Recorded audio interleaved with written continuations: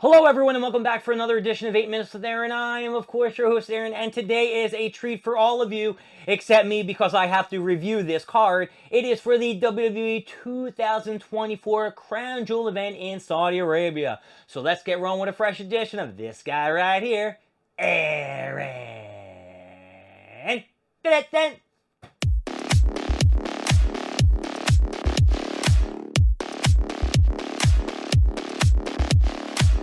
So this Saturday, streaming on Peacock, will be WWE, the Saudi Arabia event, Crown Jewel, and this one is going to be amazing, folks. Actually, it's not amazing. It's quite dull, if you ask me. It starts at 1 p.m. Eastern Standard Time, and 11 a.m. Pacific Standard Time, wherever you are in the time zone. So make sure you don't miss it. Anyway, let's talk about the card before I get bored with this anyway. So before we get to the championship matches, let's talk about the other ones, such as the 6-man tag team match, which I do not understand what the whole point of this is. Now, I do understand that Friday Night SmackDown was taped, but Monday they announced that Jay and Jimmy were going to talk to Roman Reigns about getting together, being cool again, and then facing off against the Bloodline. Now, why they would have the triple threat match announced, not triple threat match, the 6-man tag match announced before then, just doesn't make any sense. So Roman Reigns and the Usos versus the Bloodline. I'm not sure which 3 Bloodline members it is. It's probably not going to be Jacob Fatu. Maybe he'll be on the outside or some shit like that. But if they're going to have this match in another less than maybe a month at War Games with a 4v4, this was a little bit too soon, and announcing the match before they actually have the confrontation makes it a little bit shittier too. Then we have Seth freaking Rollins versus Big Bronson Reed. It looks like Seth Rollins is okay and has not been taken out of the match, unlike someone else has been taken out of the match. This match is going to be really cool. I've been really digging Big Bronson Reed recently. Oh, right, I have to give you the winner who I think is going to be the loser. I think the Bloodline is going to beat Roman Reigns and the Usos, and I want Big Bronson Reed to beat Seth Rollins, but Seth Rollins is probably going to go over, but it shouldn't happen. Shouldn't happen at all. Another match that's happening is Randy Orton versus Kevin Owens. They have been having some bad blood between the two since Cody Rhodes teamed up with Roman Reigns. And now Randy Orton got shoved. He thought it was Kevin Owens, or Kevin Owens actually bumped him by accident. And now they're fussing and feuding, and they're going to have a match. Triple H, of course, came out on Monday or last Friday or some shit like that and warned Randy Orton that Kevin Owens is a different Kevin Owens, and he is going to beat Randy Orton's ass if he's not careful, so watch your back. That match is going to be really intense, and I know SmackDown isn't finished yet, but I did look a little bit into it. Kevin Owens gave a really good promo about, I tried to talk to Randy Orton, and now that he doesn't want to answer my calls, he doesn't want to talk about this, I guess the only way is for me to beat the shit out of him. So that looks like it's going to be pretty good.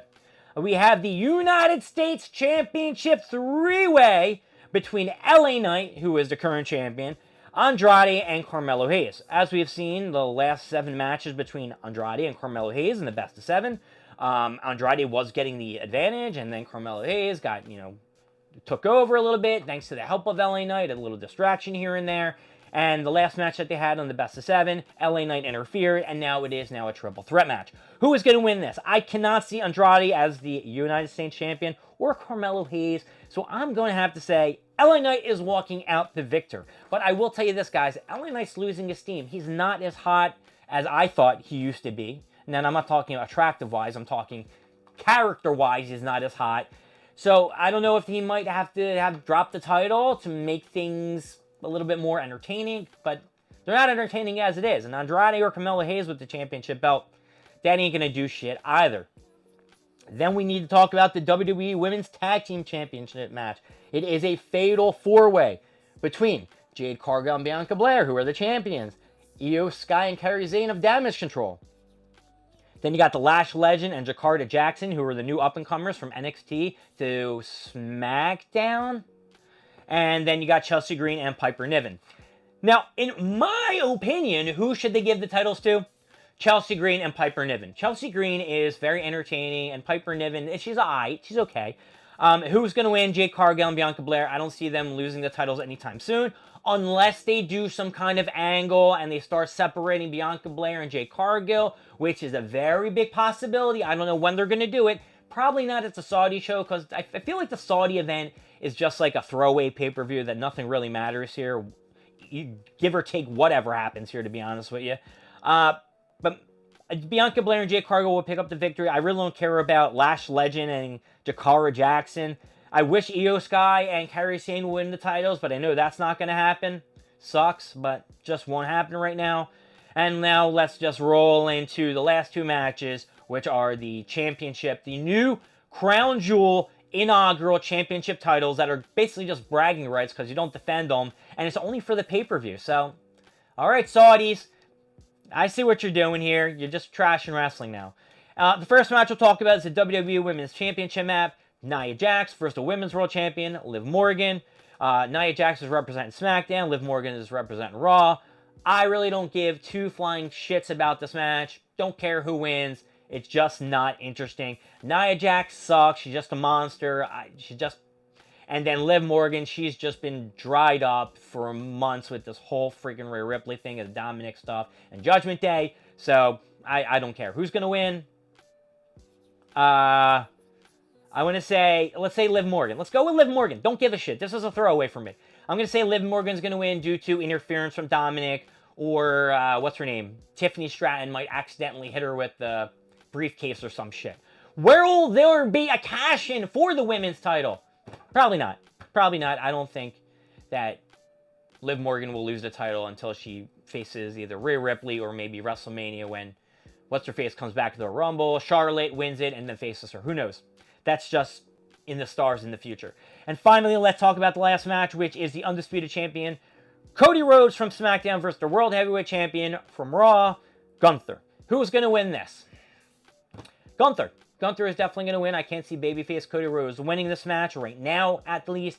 I do see some interference, most likely from Ludwig or some other party, or maybe Cody gets distracted and Ludwig cheats. Ludwig, right. Gunther, my bad. Gunther will cheat. But either or, both these matches are for a shitty title that's just for bragging rights, and the build-up hasn't been that great. I will admit that the Cody build-up with Gunther has been pretty intense lately and has been heating up, so I am looking forward to the match, because Gunther is a monster, and Cody is pretty good in the ring, even though I don't like him that much. But you look at it this way. Cody Rhodes only has defended his title once, right? Once or twice? Once or twice, one with Kevin Owens and one against Solo Sikoa since winning the title about 6 months ago. 6 months ago at fucking WrestleMania. And then Gunther, when has he defended the title? Yeah, against Sami Zayn. I think that's it. Against Sami Zayn. Maybe somebody else that I don't remember either. Anyway, Rhea Ripley was supposed to have a match against Raquel Rodriguez, but something happened, I think, last week on SmackDown, and she injured herself, and then they did a little angle on NXT where Rhea Ripley had a broken orbital socket due to getting jumped by Liv Morgan and Raquel Rodriguez. So that is not on the card. No Rhea Ripley. All right, now, let's get to them ups and them downs. All right, WWE Crown Jewel, since I'm not going to grade your matches until I see it tomorrow, I'm going to give you a down. That's right. You are getting it down. Why you're getting it down? Because the pay-per-view is just trash. My name is Aaron. Thank you for joining me with 8 Minutes with Aaron. I will see you next time. We'll go over more stuff, more things, and of course, more of me. Yeah. See you later.